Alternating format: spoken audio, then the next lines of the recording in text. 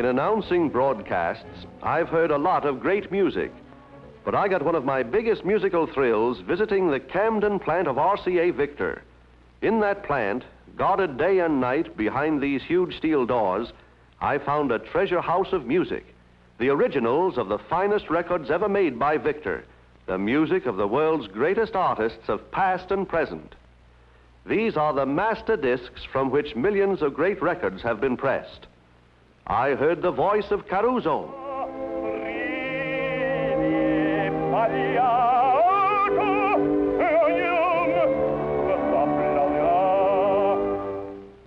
And I heard the voice of Schellackplatten, preserved in gleaming metal so that it can give encores forever.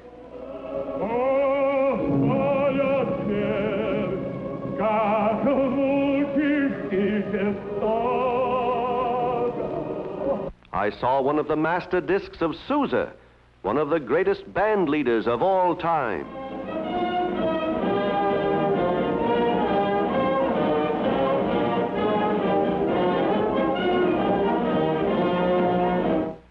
And I saw records made, music literally written in wax. The first step, I learned, is to pour a thin layer of molten wax onto a hot plate, the beginning of the master record. A hot flame melts all bubbles and flaws out of the wax, which is of the purest possible grade. This is done in a sealed, dust-proof and air-conditioned room where the temperature is thermostatically controlled. A second going over with the flame, and the wax is ready for slow and careful cooling, almost ready for the recording of the music.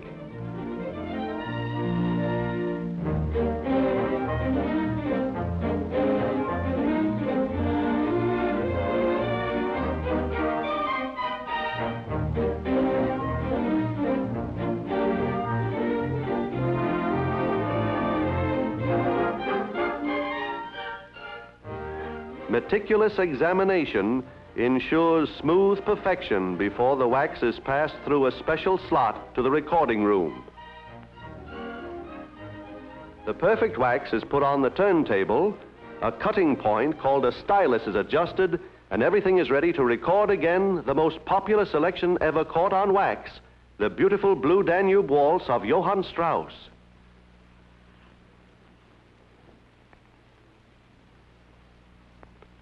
The sound engineer is ready. The musicians are set. And I see a record made.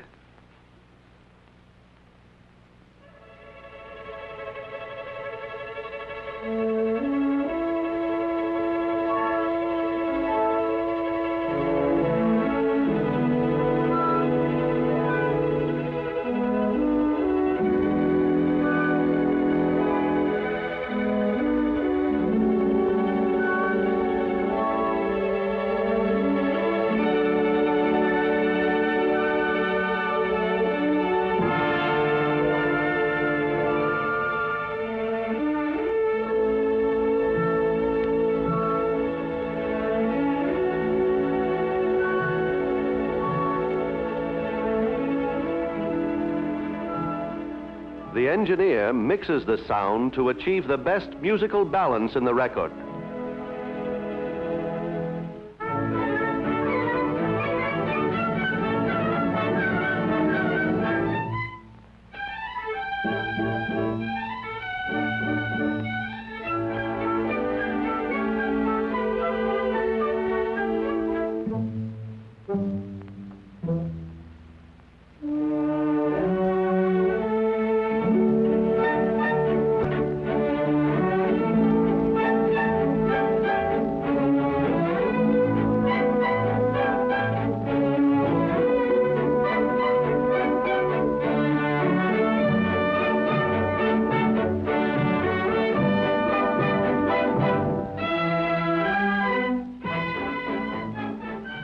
The vibrations of sound brought from the microphones pass through this cutting head to the stylus. The stylus, in turn, cuts the vibrations in the soft wax, records the poetic tones forever.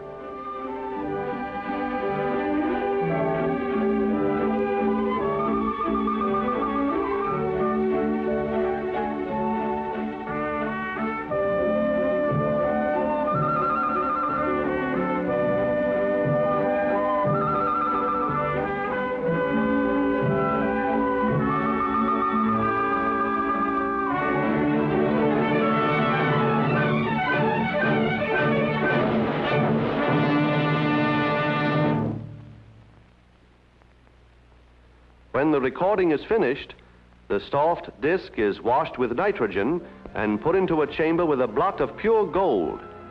A 2500-volt electrical current, I was amazed to learn, bombards atoms of gold onto the wax, coating it completely.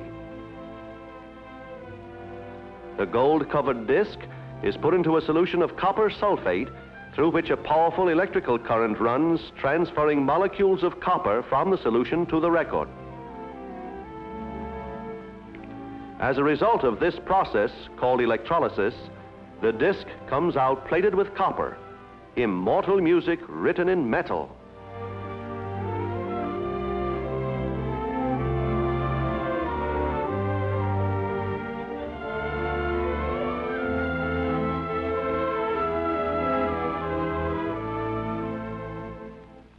In a second bath, the copper coating is further built up. In these baths, electricity flows through the solution between two poles, one a block of copper and the other the disc itself. When the current passes from the copper into the solution, it carries with it charged molecules of metal called ions, which are drawn to the disc and penetrate its tiniest recesses, taking the exact shape of the grooves made by the original sound vibrations, ensuring perfect fidelity of tone in the final record.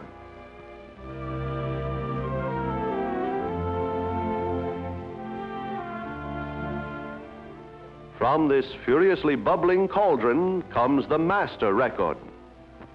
After the copper has taken the impression, the wax may be stripped away. This master matrix now could be used to press the final records, I was told, but it would not last long enough to turn out the millions of discs music lovers demand. Hence another disc called a mother matrix must be made first, and from that, stampers will be made to press the final records. When the master is finally stripped, the last traces of wax are washed away. The master matrix is carefully rinsed and scrubbed.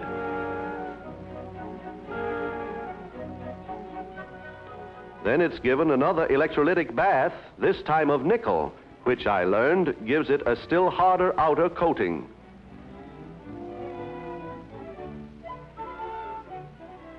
After this bath, the master is washed and dipped into a special solution that coats it with a fine film.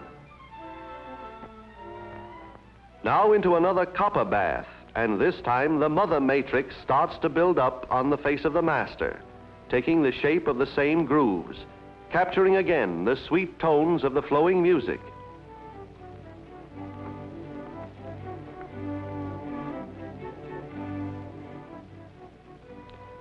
The double disc is now separated into mother and master, and the master matrix goes down to the treasure house of music to be preserved for all time, to take its place beside the works of the world's greatest artists. The mother matrix is thoroughly washed and cleaned and goes into a nickel bath to give it a more durable surface.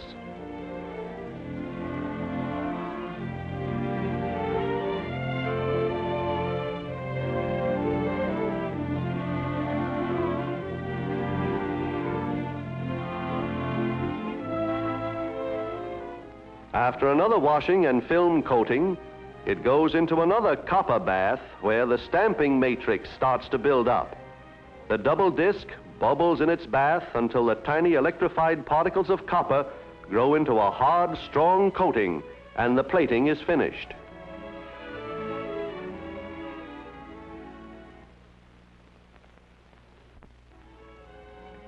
Now the mother matrix and stamper, locked face to face, are separated. From the mother, additional stampers will be made so that many finished records may be pressed at one time.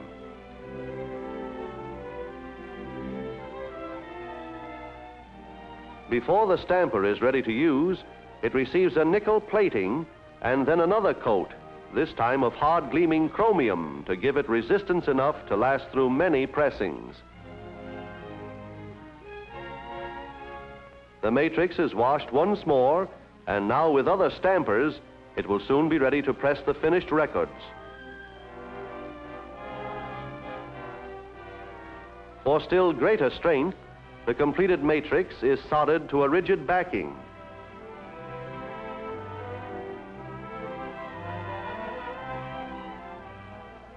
For perfect contact with the hot backing, the stamper is heated with flame, protected with a chemically neutral blanket, and pressed evenly into the hot solder.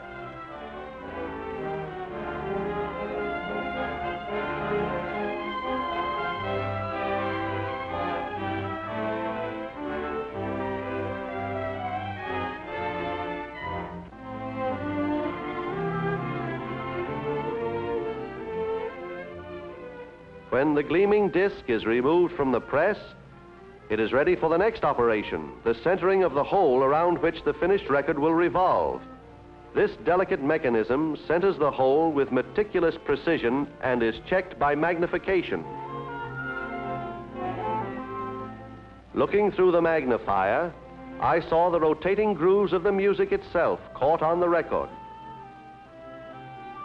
Carefully, the technician centers the disc, and with the lens, he checks again.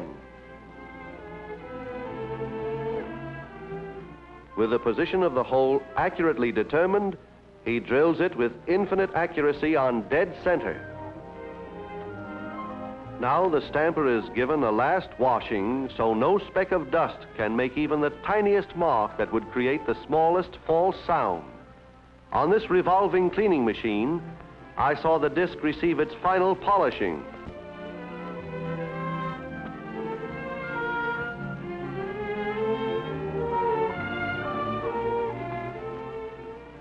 But before going to the actual pressing of records, I was shown the mixing of the materials that go into the disc you hear at home, ingredients gathered from the farthest corners of the earth. The materials are processed in one of the largest and most intricate machines I have ever seen, the Banbury mixer.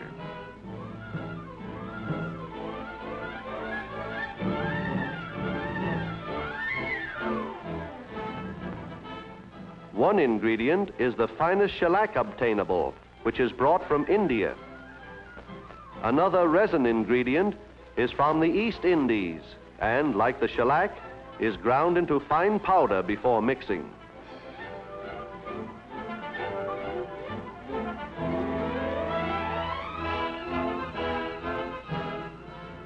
"18 other ingredients gathered from distant places are carefully and accurately weighed in to ensure the most exact proportions to make a correct final mixture.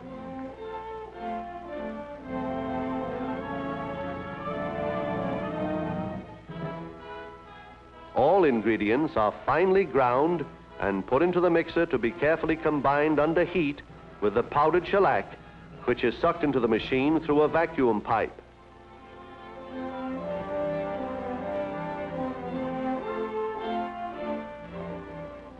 Now all is ready, and the Banbury mixer rolls.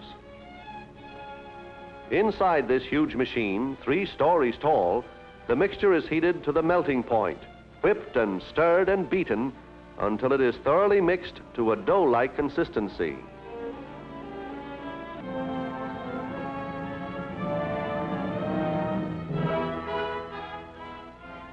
The hot mixture falls out on great rollers where it is kneaded and rolled into a long, flat sheet.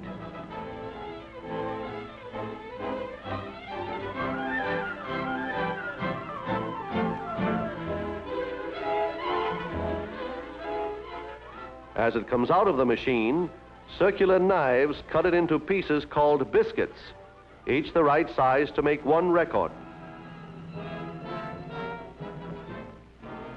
The biscuits, cooled for easy handling, come off the belt in neat little piles, but before they are used for actual pressing, they must be heated again on steam tables. Then I saw a record pressed. First, steam is shot through the machine. Then cold water runs through to cool the record.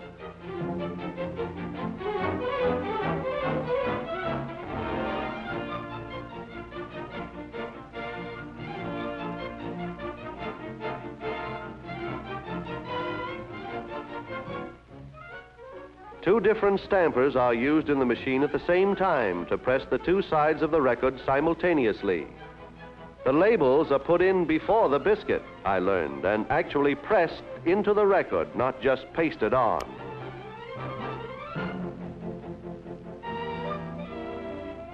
Many presses working at the same time turn out many records together to satisfy the music-hungry thousands. The edge of the record is carefully polished. After this is finished, comes a listening test, when the record is actually played for expert ears.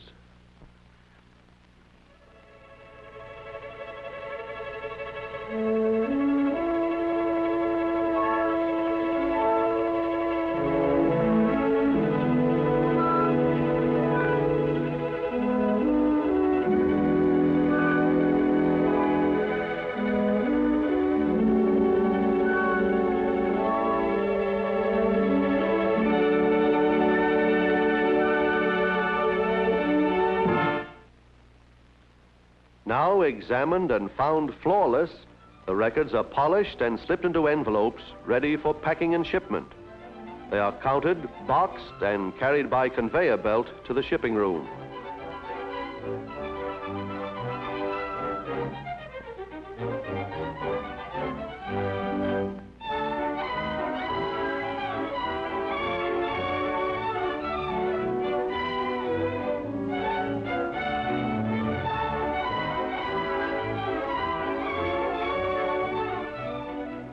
From this room, the records go out to all parts of the world to bring joy and pleasure to millions of music lovers, to give them permanently the music they want when they want it.